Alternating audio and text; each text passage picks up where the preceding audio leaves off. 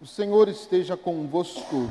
Ele está no meio de nós. Anúncio da boa nova de nosso Senhor Jesus Cristo, segundo Lucas.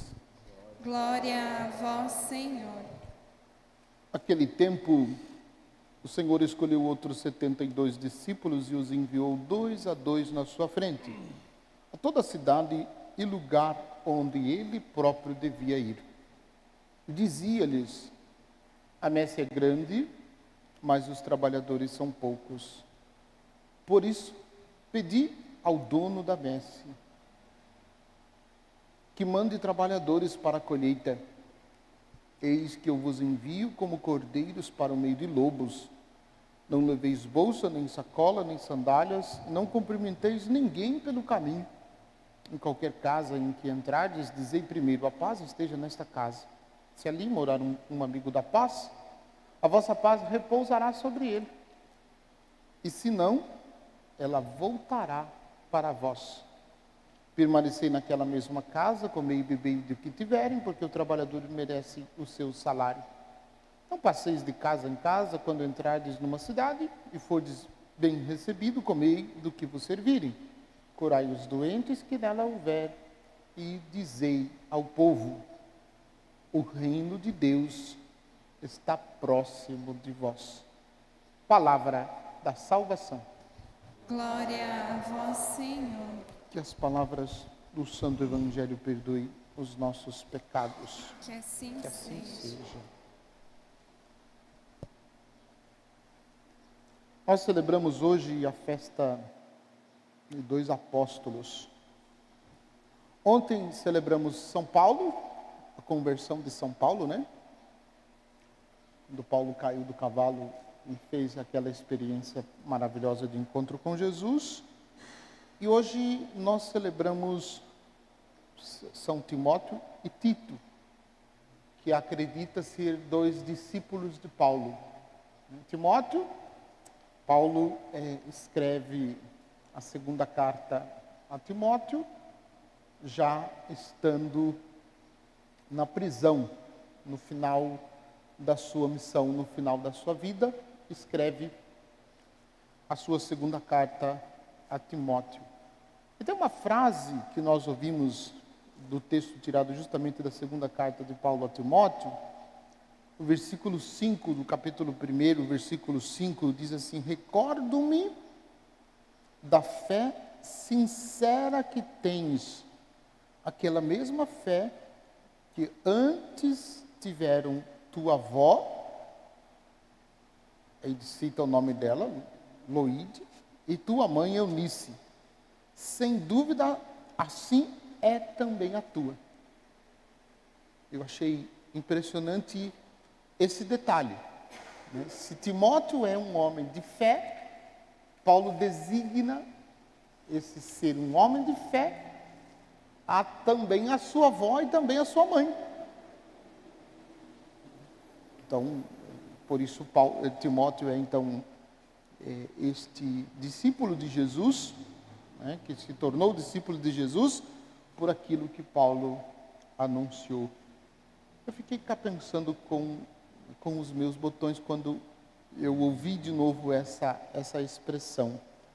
Como é importante a gente fazer isso, de transmitir a fé para os nossos filhos e levar os nossos filhos a seguir também os passos de Jesus.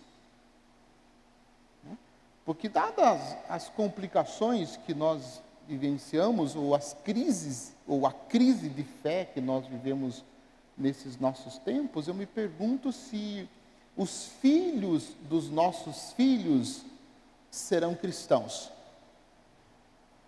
Se os filhos dos nossos filhos serão cristãos, serão discípulos de Jesus, seguirão os passos de Jesus.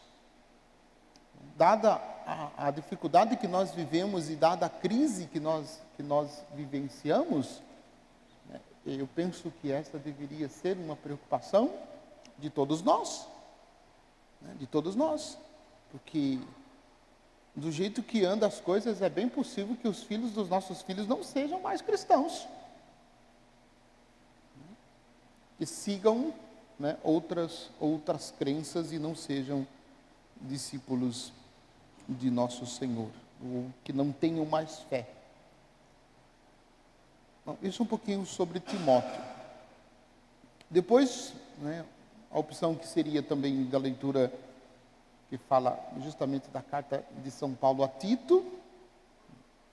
Tem também um trechinho. Paulo, servo de Deus e apóstolo de Jesus Cristo, para levar os eleitos de Deus à fé e a conhecerem a verdade da piedade, que se apoia na esperança da vida eterna. Deus, que não mente, havia prometido que esta vida desde os tempos antigos e no tempo marcado manifestou a sua palavra, por meio do anúncio que me foi confiado por ordem de Deus, nosso Salvador. É impressionante este ponto. As cartas que Paulo escreve, seja para comunidades ou para pessoas, no caso de Timóteo e Tito, é sempre para exortá-los a uma fé profunda, a uma fé consciente, a uma fé amadurecida, a um seguimento de Jesus, né, com profundidade, com sinceridade. As exortações de Paulo para os discípulos ou para as comunidades é sempre com esta tônica. Depois, ouvimos no Evangelho de Lucas, versículo 1 do capítulo 10. O Senhor escolheu outros 72 discípulos e os enviou 2 a 2 na sua frente, a toda cidade e lugar aonde ele próprio devia ir. Eu achei também significativo essa expressão. Os discípulos percorreram todas as cidades, nas cidades onde o próprio Senhor deveria passar. O Senhor os enviou como que para preparar a sua chegada, como João Batista, que veio para preparar o caminho do Senhor. O Senhor envia também os seus discípulos à sua frente, para preparar a sua chegada, para anunciar. E o conteúdo de que eles deveriam anunciar é que o reino de Deus está próximo. E esta expressão, reino de Deus, no Evangelho de Lucas, não é uma ideia que vai se concretizar com uma realização, né, política perfeita, ou com um governo perfeito, ou de uma ideia que vai se realizar num futuro distante, quem sabe daqui sei lá quantos anos. O reino de Deus, na perspectiva de Lucas, é uma pessoa. O reino de Deus é o próprio Jesus Cristo. E como é que nós acolhemos os seus ensinamentos? Como é que nós escutamos as suas palavras? Como é que nós vivemos aquilo que ele nos ensina? Como é que nós vivemos a proposta de vida que ele nos faz? Às vezes a gente escuta, né, e isso não faz diferença nenhuma na nossa vida, porque nós estamos ainda motivados e conduzidos pelas coisas mundanas.